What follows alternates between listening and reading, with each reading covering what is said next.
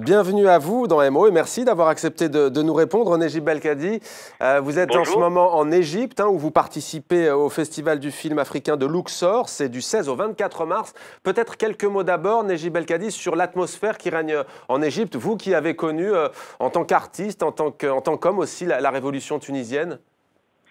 Écoutez, je vous remercie de l'invitation avant tout. Là, ce qui se passe, c'est que on le sent vraiment, c'est-à-dire au niveau touristique, la région est un peu sinistrée à cause, bien sûr, de tout ce qui s'est passé, probablement ces 2-3 dernières années. Et donc, on sent vraiment l'effort des habitants de Luxor pour un peu remonter la pente.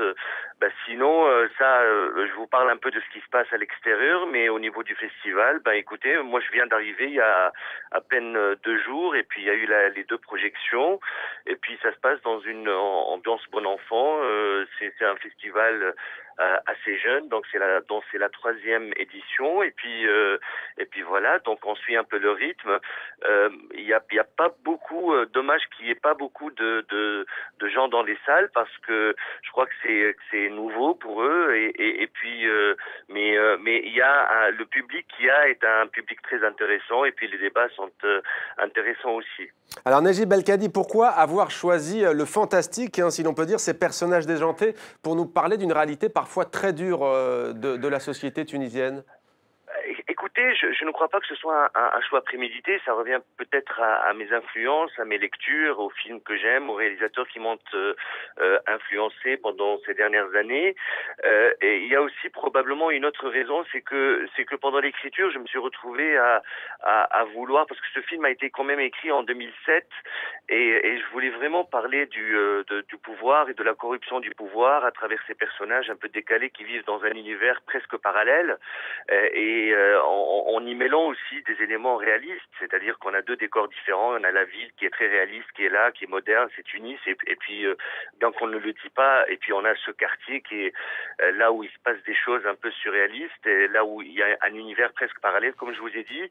Donc ça s'est fait pendant l'écriture, et puis ces éléments fantastiques sont venus pour aussi me permettre peut-être d'ouvrir une brèche dans ce monde-là, et puis de ne pas être dans un message un peu direct, un peu voilà. Donc je voulais plutôt avoir cette liberté-là de traiter ces personnages et ces situations fantastiques dans le film. Donc voilà, donc ce n'est pas vraiment un choix délibéré.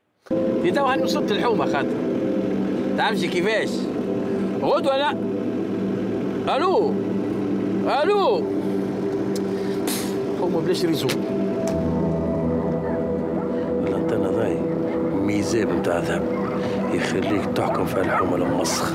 قال بلاصة دارو أحسن بلاصة في الحمى الكل. وأنت كي تقو أما أنت رانا باش نقسموا شهرية متاع 2 ملايين. واليوم المحصن جاب لنا التكنولوجيا، جاب لنا البورتابل.